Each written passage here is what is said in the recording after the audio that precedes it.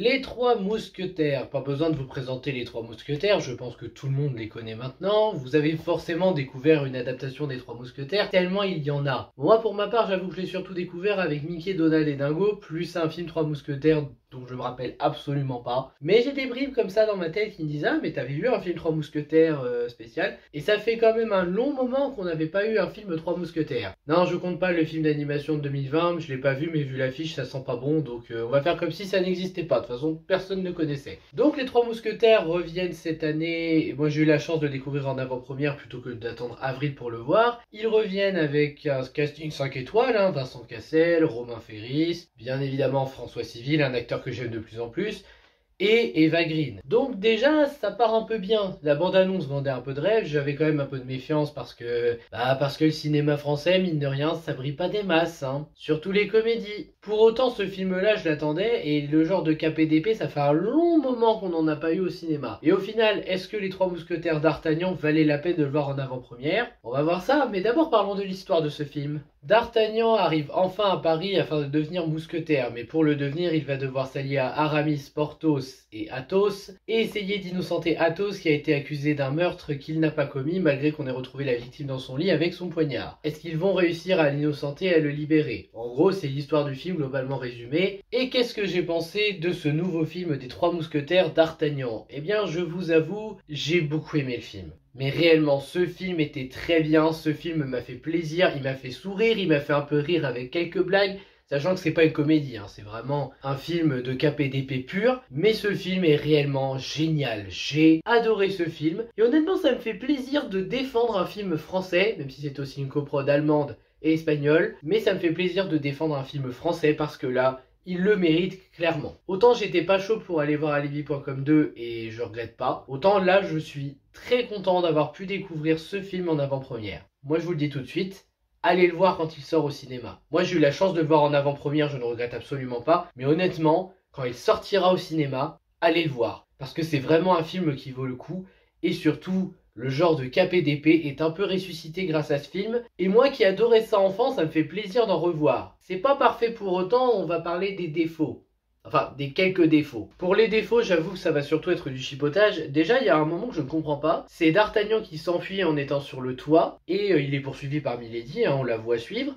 Mais tu vois juste D'Artagnan courir un peu sur le toit blessé, et il se casse même la gueule. Et au final, le plan d'après, tu le vois revenir chez lui comme ça, toujours blessé, et il demande de l'aide. Et c'est là que je me dis, pourquoi vous n'avez pas laissé cette poursuite? Parce que bon, Milady a sa poursuite armée d'un pistolet, lui qui est blessé et qui est bloqué sur le toit, je suis désolé mais je pense qu'on était en droit de savoir comment il a fait cette fois. Je sais que des fois je dis qu'il faut se servir de son imagination, là pour le coup, non, il aurait fallu le montrer. Sinon un autre truc que je comprends pas aussi c'est le garde de l'école des mousquetaires parce qu'il y a D'Artagnan qui passe en force. Le mec il suit un peu mais il le perd et il décide d'abandonner. D'accord, alors on est quand même dans l'école des mousquetaires, c'est quand même là où sont formés les meilleurs gardes du corps de la reine et du roi, et vous allez faire croire que le mec, il a pas eu l'idée de prévenir ses collègues qu'il y a un intrus dans cette école. Quitte à ce qu'après il soit sauvé par le directeur qui lui dit « Ah mais oui, je vous reconnais, vous étiez le fils de mon meilleur ami. Je suis désolé, mais ce garde mériterait de se faire virer. » Heureusement que c'était pas un des antagonistes, hein, parce que bon, sinon il aurait vraiment été dans la merde. Deux points légèrement prévisibles du scénario. Déjà le premier, c'est le fait qu'Athos va se faire sauver bien avant sa pendaison. Mais j'avoue que je me suis trompé sur l'identité de qui l'a sauvé. Juste, je voyais venir qu'il allait être sauvé. Et aussi, c'est bien de nous mettre la mort ou de nous faire croire à la mort d'un certain personnage, mais c'est un petit peu con quand le titre de ta partie 2 porte son nom. Donc résultat, tu veux nous faire croire que ce personnage est mort, mais finalement on sait tous qu'il n'est pas mort. Et ce malgré la scène post-générique qui était censée nous choquer en mode « Oh là là, il est vivant !» Non, désolé, moi je l'avais vu venir, donc ça ne marche pas. Et enfin, le dernier point où je suis vraiment à cheval, c'est l'émotion. L'émotion qui honnêtement est pas mal, mais j'ai pas été très impacté par tout ce qui s'est passé. Juste, ça m'a donné envie de suivre, la tension est efficace et on va en reparler, mais l'émotion en elle-même, je l'ai pas trouvée exceptionnelle. C'est tout.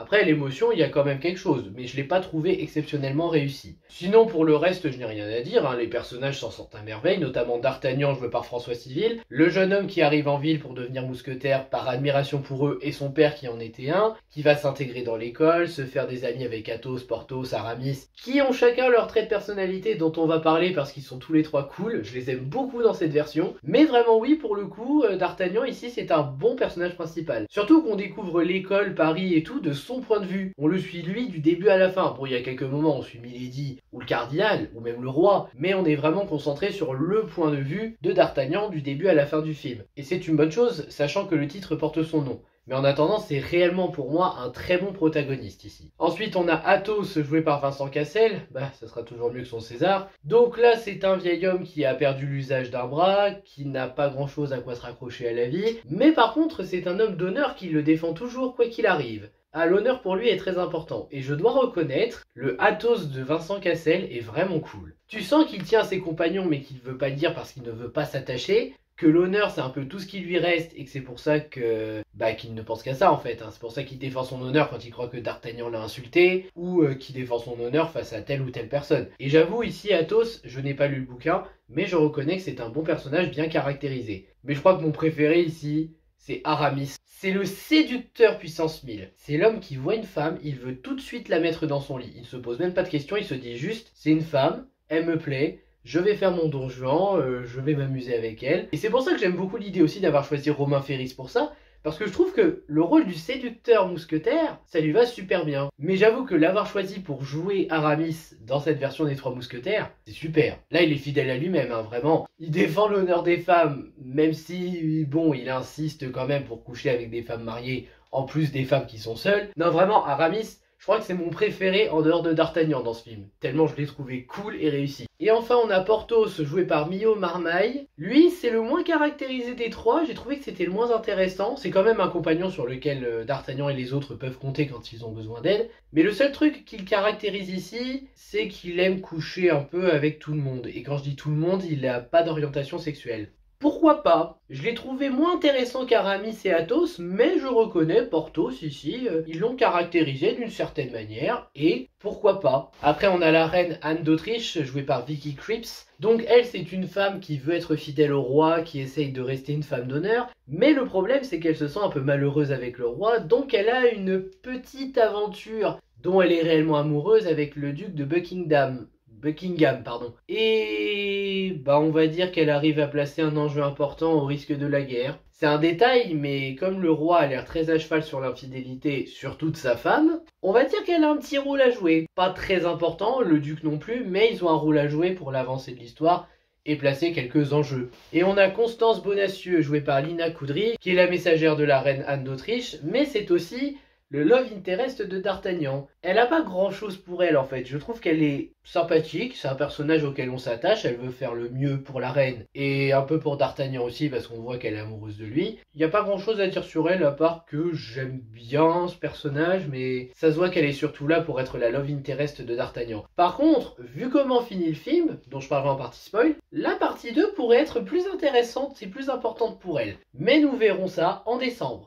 Novembre pour moi, l'avant-première, apparemment. J'ai entendu qu'il y aurait eu une avant-première en novembre pour moi. Maintenant, nous allons parler des antagonistes. Milady, jouée par Eva Green. Ça me fait plaisir de la revoir, Eva Green. Moi, je l'avais pas revue depuis Miss Peregrine. Et non, j'avais pas vu Proxima, je crois. Et là, de savoir qu'elle joue une femme, je dirais pas manipulatrice, mais très intelligente, qui sait jouer de ses charmes pour obtenir ce qu'elle veut, qui a un objectif, mais tu ne sais pas lequel, et qui sera une grande menace pour nos mousquetaires dans la suite. Ah, j'avoue que Milady, là, elle a de l'intérêt, hein. Vraiment, en termes d'antagoniste, Milady, elle vole la vedette au cardinal. Le cardinal, on en parlera après. Mais c'est elle, la méchante principale. C'est elle qui fait tout, c'est elle qui agit. Vraiment, Milady, elle sera sûrement mieux dans la partie 2. Mais en attendant, dans cette partie 1, je trouve que le personnage s'en sort bien. Je trouve que le personnage s'en sort bien et on n'a pas de motivation personnelle, quoique. Mais je pense qu'on en apprendra plus dans la partie 2. Peut-être que la partie 2 rendra la partie 1 plus complète et dans ces cas-là, le film en 2 parties sera peut-être plus réussi. Et enfin, le dernier personnage dont on peut parler, le cardinal joué par Eric Ruff, dont le seul objectif c'est d'être au pouvoir, de profiter de la naïveté du roi, afin de garder le pouvoir, de provoquer la guerre, et j'en vois certains qui vont me dire déjà « Ouais, c'est un objectif classique, ça vaut pas forcément la peine ». C'est pas faux. Parce que c'est vrai que les objectifs classiques de méchants aujourd'hui, tu fais ça au cinéma, on te dit oh on veut une motivation plus personnelle. Mais je sais pas pourquoi le fait qu'il ait une motivation classique, pour l'instant, peut-être que dans la partie 2 on apprendra autre chose, mais je trouve que ça fonctionne. C'est pas un méchant exceptionnel, et encore une fois Milady lui vole la vedette largement, mais je trouve que c'est un méchant, ou du moins un antagoniste qui marche bien. Donc vous l'aurez compris, le casting est excellent, j'ai rien à redire dessus. Regardez chaque acteur dans chaque rôle, vous verrez qu'ils sont faits pour ces rôles, vraiment. Même Eva Green en Milady, je trouve vraiment qu'ils ont très bien choisi l'actrice. Les costumes sont magnifiques. Alors c'est vrai que là, nos mousquetaires n'ont pas la toche bleue, l'emblème des mousquetaires.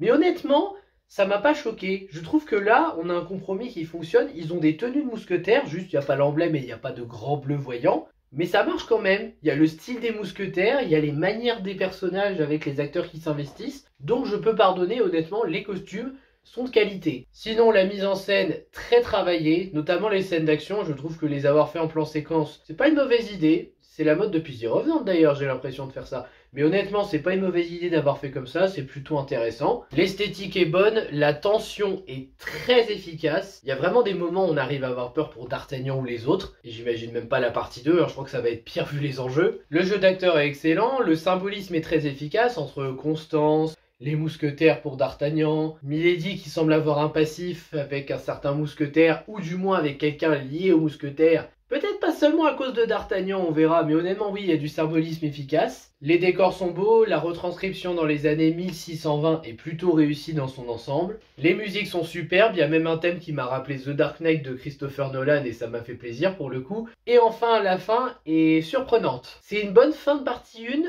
pour annoncer une partie 2, mais on va en parler justement dans la partie spoil qu'on va démarrer tout de suite. Donc partie spoil, on va parler d'abord de Milady. Donc Milady, qu'est-ce qu'on peut dire? C'est que elle est arrivée à Buckingham pour rencontrer le duc, pour lui prendre les perles de la reine qu'il a gardées en souvenir d'elle. Et elle essaye de s'échapper mais elle se fait rattraper par D'Artagnan et elle décide de sauter dans le vide. Voilà. Donc je sais pas comment vous dire ce passage, mais en fait le problème c'est qu'on essaye de nous faire croire qu'elle est morte, pour mieux la ramener dans la scène post-générique et nous dire oh, en fait elle n'est pas morte. Sauf qu'on le sait déjà parce que la partie 2 porte son nom, donc le film n'allait pas porter son nom si elle n'était pas là. C'est dommage que vous ayez essayé de jouer là-dessus et que ça marche pas. Sinon j'avoue que la scène post-générique elle est sympa, c'est une petite scène où Milady parle au cardinal et lui dit j'ai un compte à régler avec des ennemis. Les mousquetaires. Donc là tu sens que dans la partie 2, elle va vouloir s'en prendre aux mousquetaires, notamment à D'Artagnan dont elle a promis qu'elle allait le détruire. Ah là j'avoue, je suis hypé pour la partie 2, j'ai très envie de la voir. À la fois pour ça, mais aussi parce que à la fin, on voit que Bérénice s'est fait enlever et que D'Artagnan n'a pas pu la sauver parce qu'il s'est fait assommer. Donc ça veut dire, est-ce que D'Artagnan va être capturé ? Est-ce qu'ils vont le laisser dans la rue accroupir comme Will Turner dans Pirates des Caraïbes pour dire essaie de la sauver? On verra, ça sera la surprise. Mais j'avoue que ça m'a donné envie en tout cas. Et sinon pour le sauvetage d'Athos, c'est peut-être le dernier truc dont je vais parler. J'avoue que je voyais venir qu'il se faisait sauver, mais je pensais pas que ça aurait été par son frère. Je pensais même pas qu'il y aurait eu son frère dans le film. Parce que son frère il l'évoque, il veut faire la révolution, et il le fait dans l'église. Mais le problème, c'est que ça va provoquer la guerre. Ou du moins, le roi prépare les troupes au cas où, on va dire. Donc le pied de guerre est pas loin. Voilà, bon moi je vais m'arrêter là parce qu'il commence à faire sombre comme vous pouvez le voir. Et que penser au final des Trois Mousquetaires d'Artagnan? Très bon film. Très bon film français, même si c'est aussi une coprode allemande et espagnole pour rappel. J'avoue que retrouver de ce genre avec D'Artagnan et les Trois Mousquetaires, ça fait plaisir. Et vraiment, je ne peux que vous conseiller d'aller le voir quand il sortira au cinéma en avril. Mais réellement, allez le voir au cinéma. Là, ça ne sera pas une perte de temps. Peut-être une déception pour certains, peut-être les grands fans du roman, je sais pas, j'ai pas lu le bouquin encore. Mais pour ma part, j'ai beaucoup aimé les Trois Mousquetaires. Maintenant, il n'y a plus qu'à voir s'il va assez marcher, mais honnêtement, j'espère, vu que la partie 2 sort en fin d'année, va falloir, hein. Il mérite de faire des très bonnes recettes pour moi. Sur ce, je vous remercie d'avoir regardé cette vidéo, n'hésitez pas à liker, à partager, à vous abonner, à me donner votre avis sur le film si vous l'avez vu, en avant-première ou pas, ou si vous avez l'intention de le voir. Et je vous dis à bientôt pour une prochaine vidéo. Ciao!